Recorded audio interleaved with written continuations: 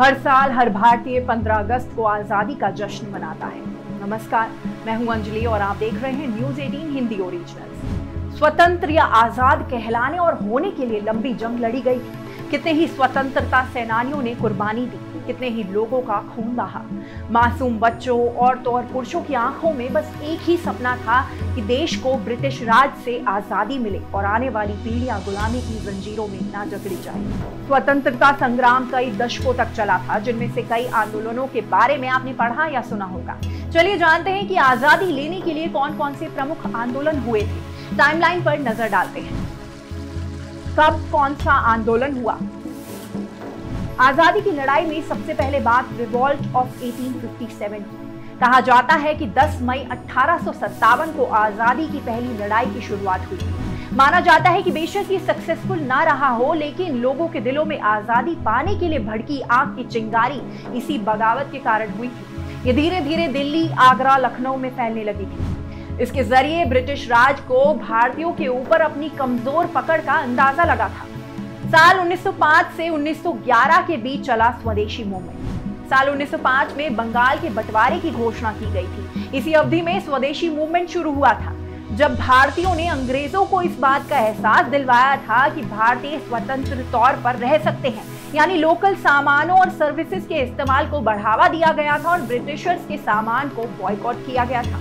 British उत्पादों को खुले तौर पर बॉयकॉट कर दिया गया था। देखते ही देखते प्रदर्शन उग्र हो गया था। साल 1914 से 1917 के बीच गदर आंदोलन हुआ।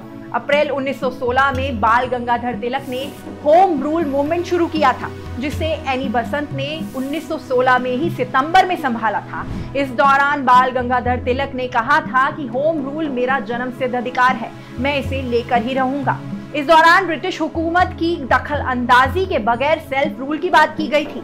साल 1917 में चंपारण सत्याग्रह हुआ था। इसे पहला अहिंसक आंदोलन माना गया। साल 1920 में खिलाफत और नॉन कॉर्पोरेशन मूवमेंट हुआ। माना जाता है कि नॉन कॉर्पोरेशन मूवमेंट का नेतृत्व महात्मा गांधी ने खिलाफत आंदोलन के समर्थन में किया था। इसे प्रमुख आंदोलनों में से एक माना जाता है। इस दौरान स्वराज की बात की गई और विरोध के लिए अहिंसक तरीका अपनाया गया।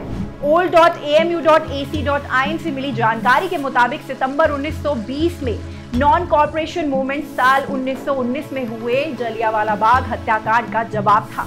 जलियांवाला बाग में ब्रिटिश सेना के जनरल डायर ने नरसंहार को अंजाम दिया था। 13 अप्रैल 1919 को ब्रिटिश हुकूमत ने निहत्थे लोगों, औरतों और मासूम बच्चों को गोलियों से भून दिया था। फिर आया साल 1930, जब महात्मा गांधी ने अहिंसक सिविल ओबीडियंस आंदोलन शुरू किया। इसे आप सॉल्ट मार्च, डंडी मार्च या डंडी सत्याग्रह भी कह सकते हैं। साल 1940 में व्यक्तिगत सत्याग्रह और दिल्ली चलो आंदोलन हुआ।